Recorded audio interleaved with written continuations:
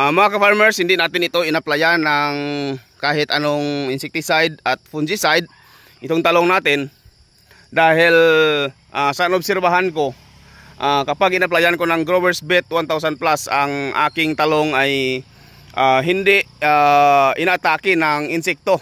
Sabi ko, bakit pa ako mag-a-apply ng insecticide kung wala namang tama ng uod ang aking talong. Mga ka-farmers, may follower tayo na naghihingi ng update sa talong natin na inaplayan natin ng Growers Bet 1000 Plus. So ito na mga ka-farmers, update sa talong natin na ginamitan natin ng Growers Bet 1000 Plus foliar fertilizer. So ito, kung makita po ninyo, unti-unti na siyang nakaka-recover sa stress dulot ng matinding init ng panahon dahil mga 3 bisis na umulan dito sa amin, dito sa Lambunaw, Iloilo. So ito na siya mga farmers, oh, tingnan nyo. Mga bulaklak nyo, yan. Sumisigla na ang mga bulaklak. Yan. Oh, ito yung mga bunga niya. Yan, yung mga bunga niya. Ito, meron ng mga magulang dito. Yan.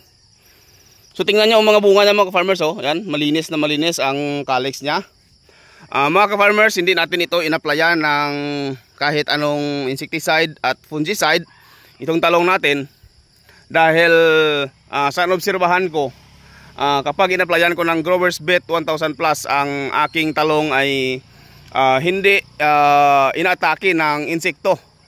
So dito, meron mga akong nakikita dito na mga bunga na may tama ng uod pero napakadalang mga ka-farmers. Kaya sabi ko, bakit pa ako mag-a-apply ng insecticide kung wala namang tama ng uod ang aking talong.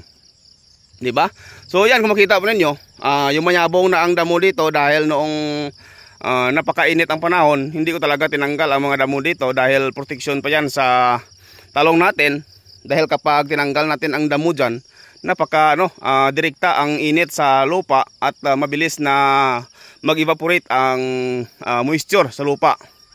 So ito ang indikasyon mga ka-farmers na hindi tayo nagagamit ng hindi tayo gumagamit ng insecticide, ang bubuyog, oh, yan, di ba? Kasi kapag panay tayo gamit ng insecticide, yung mga friendly insects natin tulad ng bubuyog ay hindi na yan dadapo dito sa ating talungan.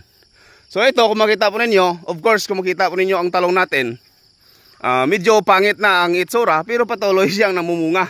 Yan, di ba? Sabihin ninyo, lugi tayo dyan kasi makunti lang ang bunga. Hindi yan, hindi tayo malulugi dito dahil hindi ako gumagamit dito ng insecticide at fungicide.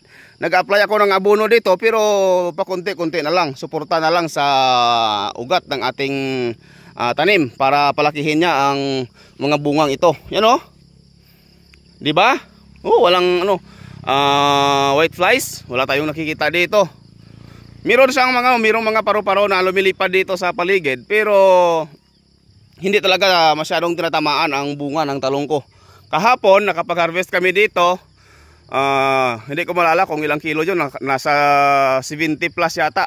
So at least meron pa tayong na-harvest.